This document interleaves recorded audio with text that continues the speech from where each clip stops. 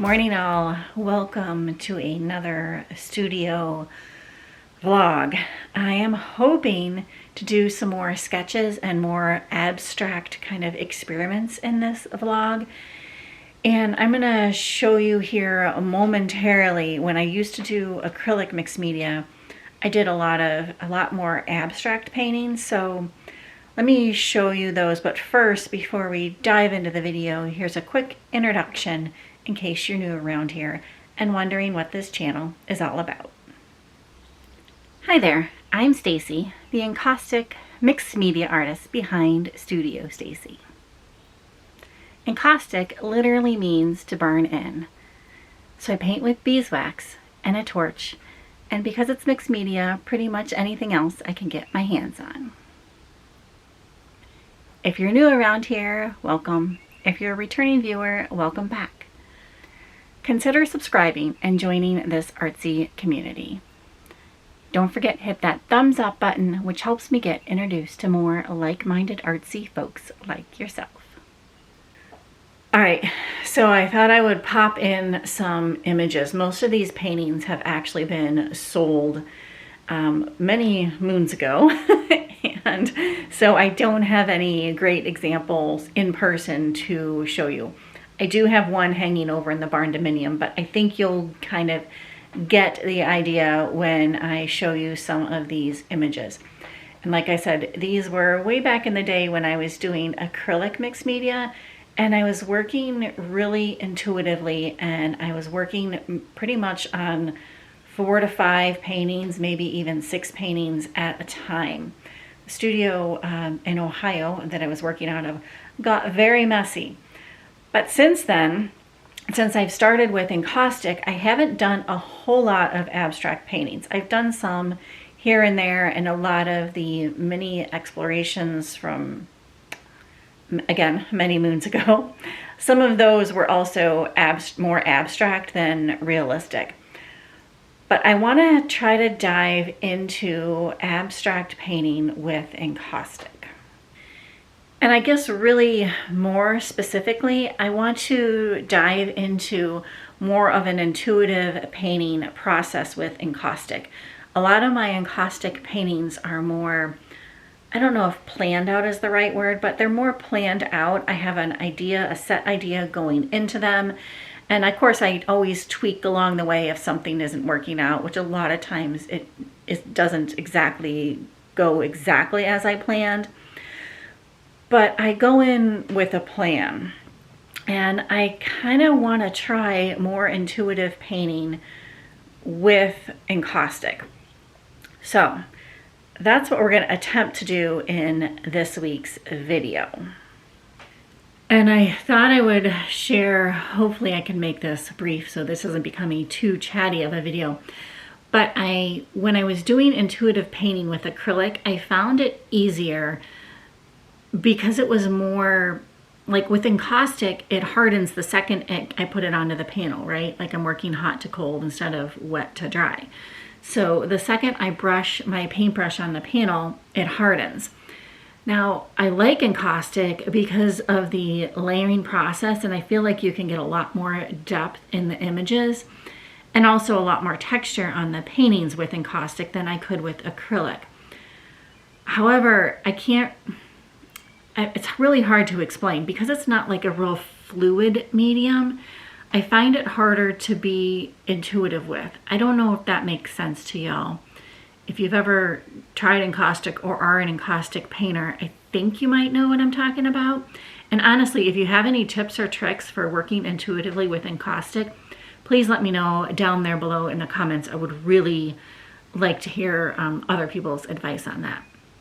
So, all that to say, I'm going to start with a watercolor background, and I'll flip the camera around here because I've pulled out a watercolor background and I've put down just some scrap paper down onto my work surface so I don't get it too messed up.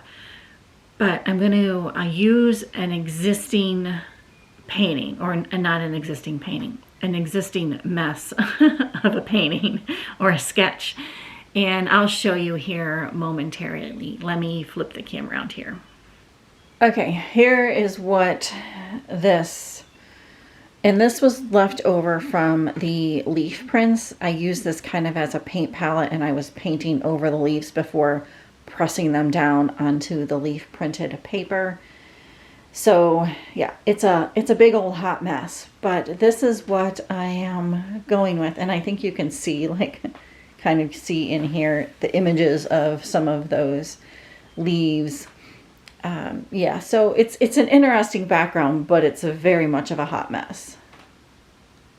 And I pulled out this color palette book again, and I flipped to back here to the red section, kind of picked out the spectrum red, which I thought was somewhat close to the red in this painting.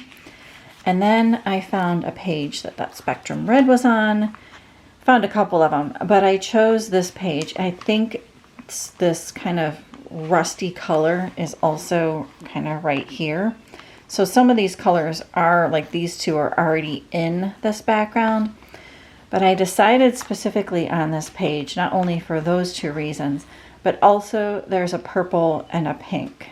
And my tentative plans for this video is to also go back to this background, which has, again, purple and pink in it.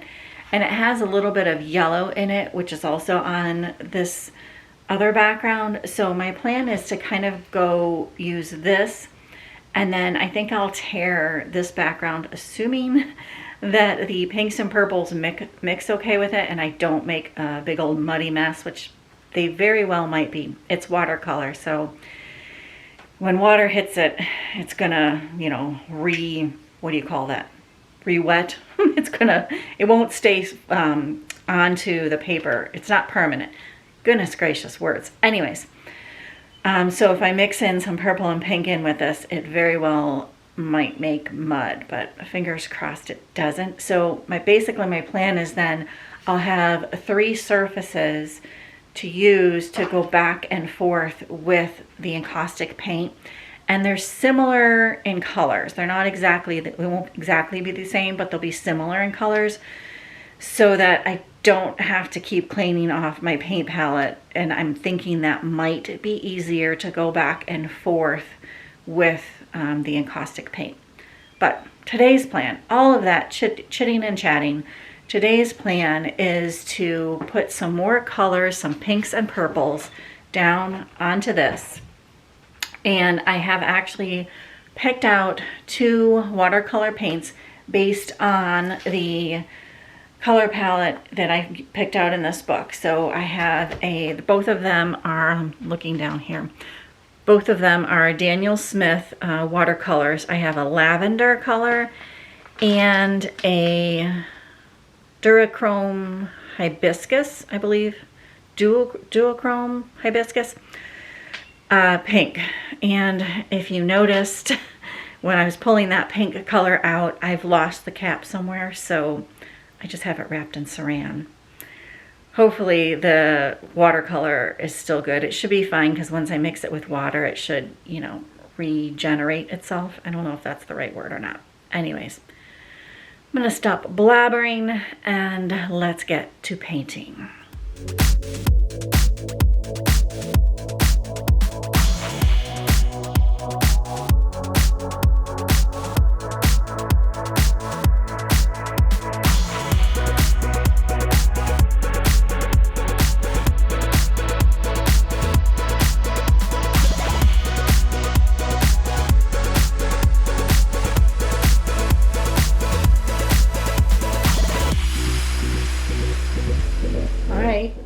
Here it is.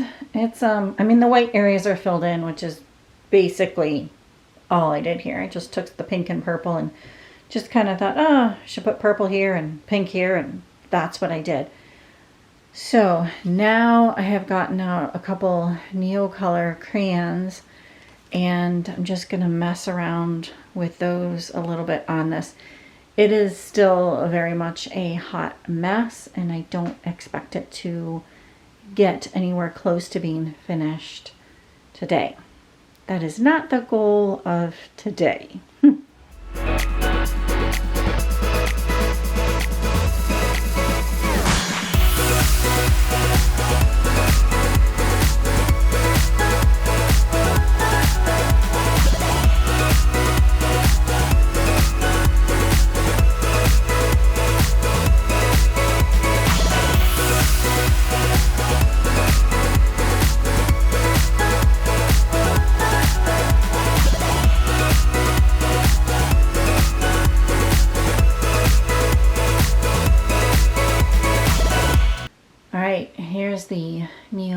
color crayons on here, and to me it just kind of defines some areas, and I really had no idea what kind of mark I was going to make, honestly. And that's really what I love about this intuitive process, and I don't know why I can't quite figure this out with Encaustic, but it's just so easy for me to pick up a Neocolor crayon and start scribbling on this for some reason, and that's kind of what these are. They're just scribbles, right? They're nothing fancy, but I think it just adds a lot more to this background.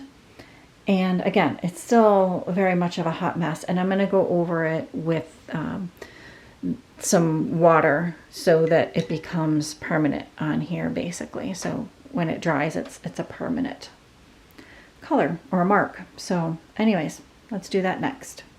All right, I'm now comparing these two, which I initially kind of liked this background, but I don't know, this has so much more going on, and I think it's a better jumping off point. I know it's one big hot mess.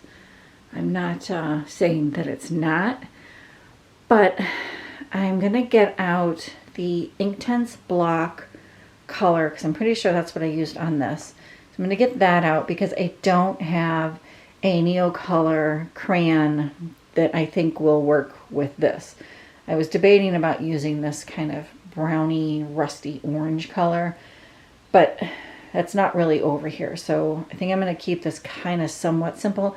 And then I pulled out a Derwent Inktense pencil that is a dark purple color. So I'm going to find this Inktense block, and I'm going to use this Derwent Inktense pencil and kind of make some random marks like I did on that one onto this.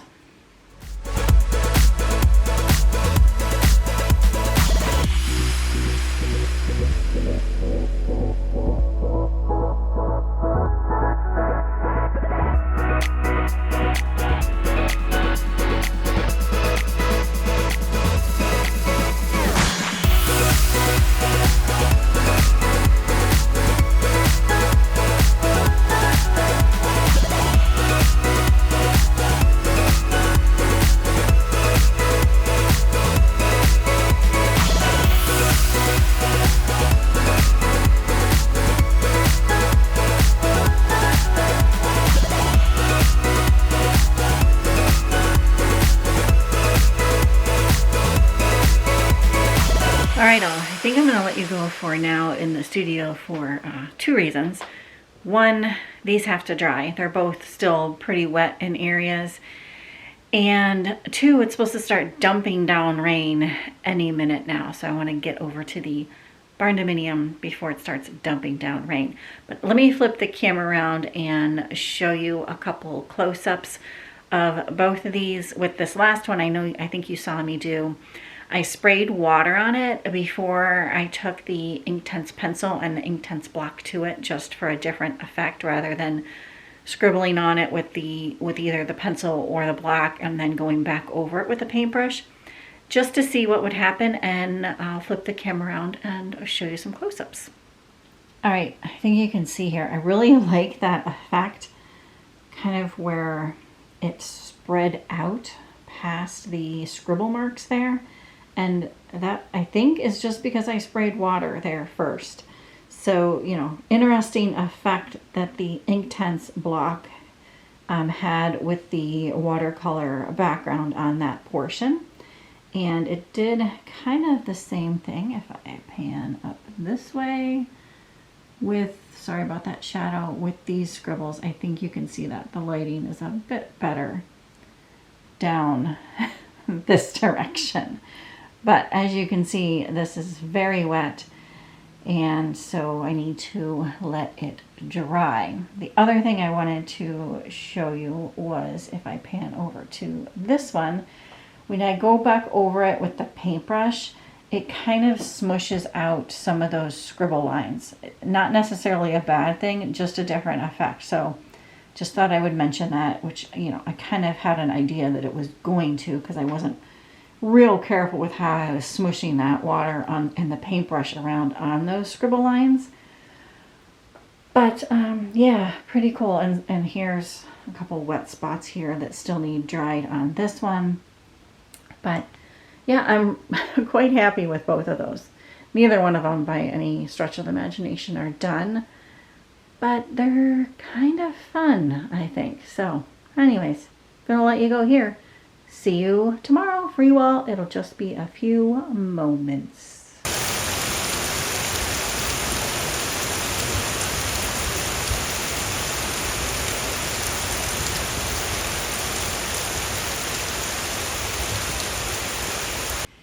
Good morning, all.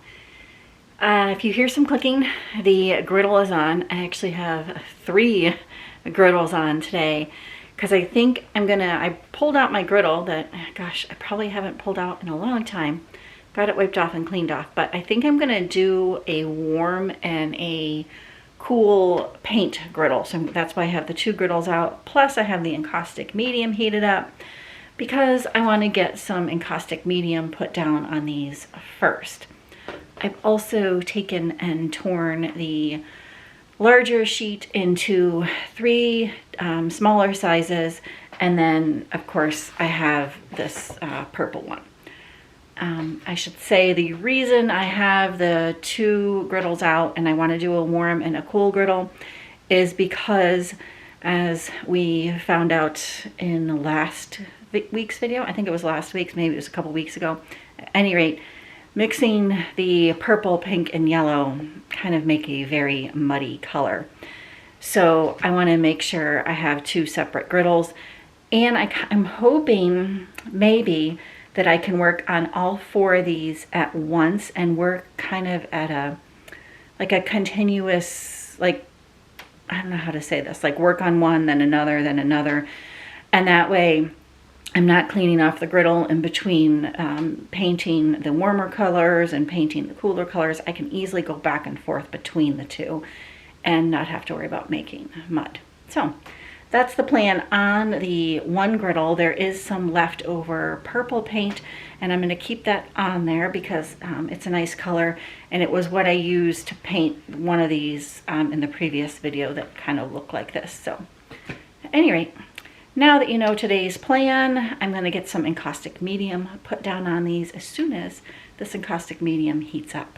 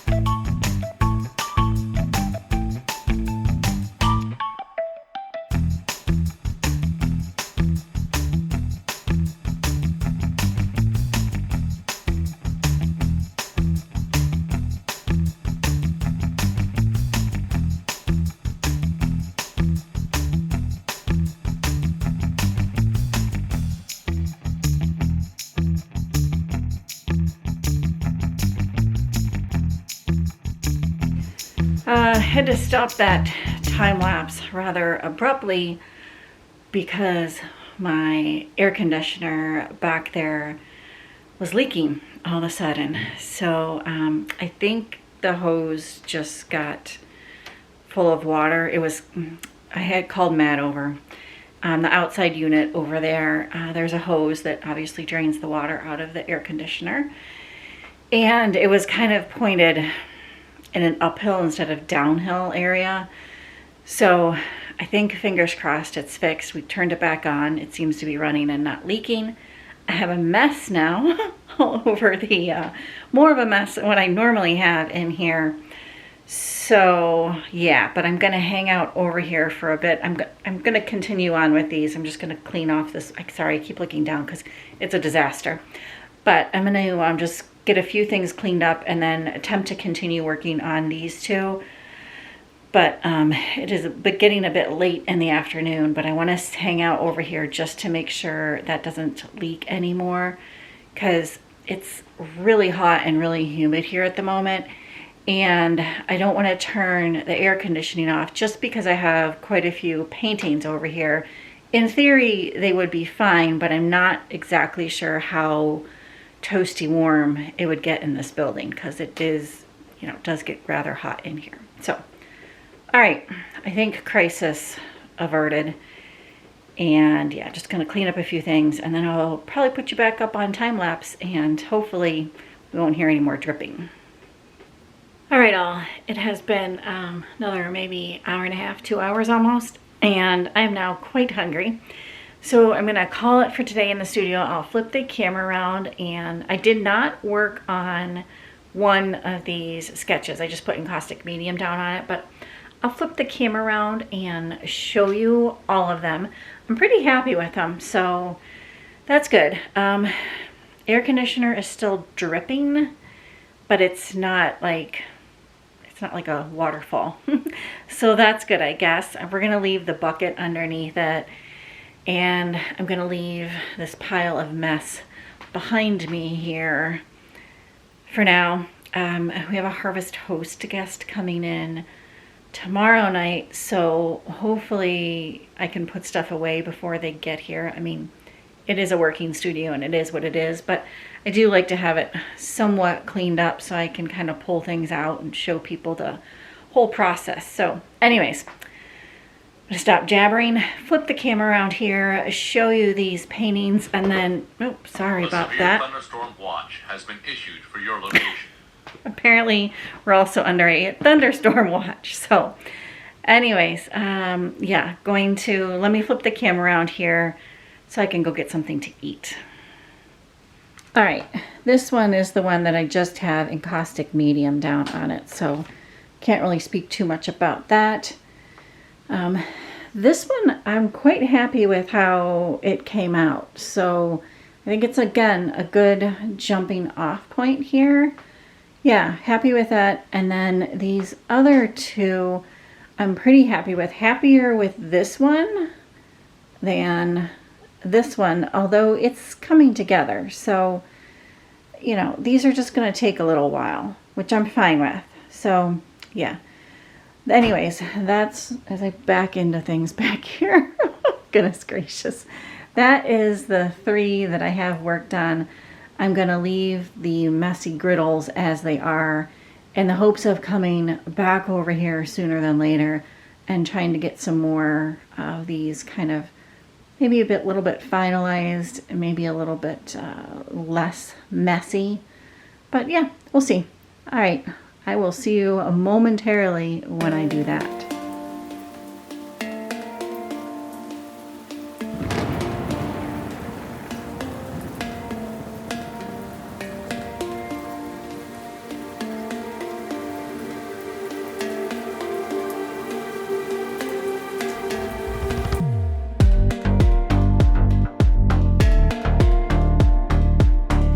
Good morning, all. Made it back into the studio. I have the griddles heating up. So if you hear any clicking or creaking noise, it's just the griddles heating up. Good news is the air conditioner is not dripping anymore. So I did put things back away so the studio is not quite such a disaster. So, and I have my floor space back over here and my work table space back. And I thought what I would do is I'll flip the camera around here momentarily and show you what today's plans are in the studio, but I'm hoping fingers crossed to get maybe 2 more of these a little bit more finalized, maybe even completely finalized as far as the sketch goes. But let me flip the camera around here and I'll show you.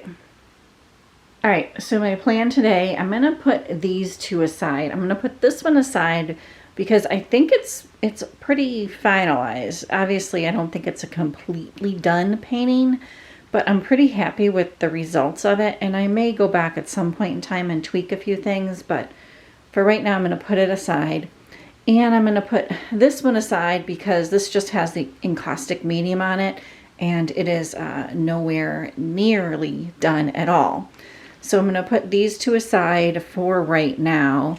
And I'm going to work on these 2. And I think I might leave this one kind of going vertically, and this one I might change maybe like this to a horizontal kind of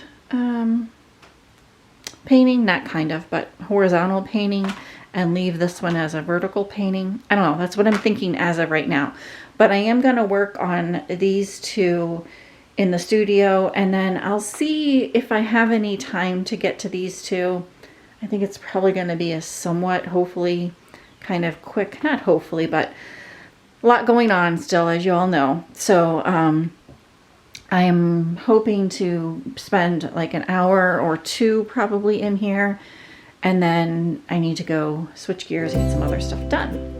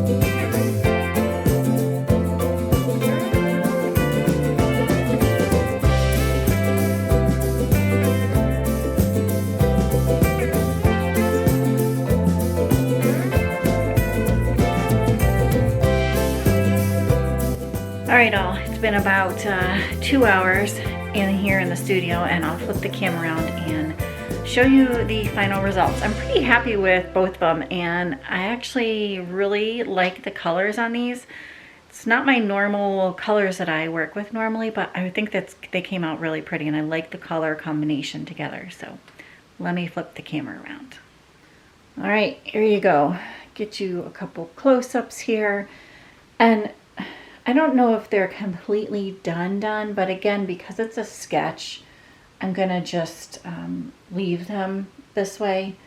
If it was a painting, I might tweak a little bit more or let them sit and then tweak a little bit more, but I'm really happy with how both of them came out.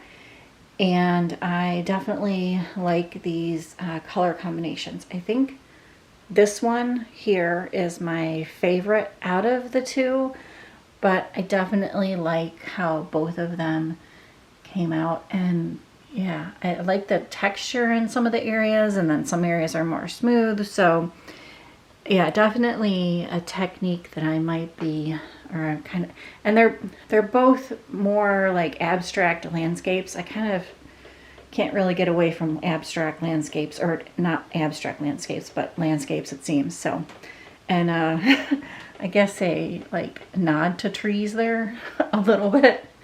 So anyways, I think they're done for now. I'm also going to call it for today in the studio. However, I am just going to leave the paint on these griddles. I'm not going to bother cleaning them up because I still have this painting that I want to paint, or the sketch that I want to paint. So I'm going to use these colors again. And I don't know if I'll tweak this one anymore or not, but we'll see. So anyways, yeah, I'm just going to turn off the griddles and leave the messy paint on them. This is also where I'm going to let you go for this video. If you liked the video, don't forget, give it a big thumbs up. It truly does help me out. Consider subscribing if you're not already. And if you have any questions or just want to say hi, feel free to leave me a comment down there below.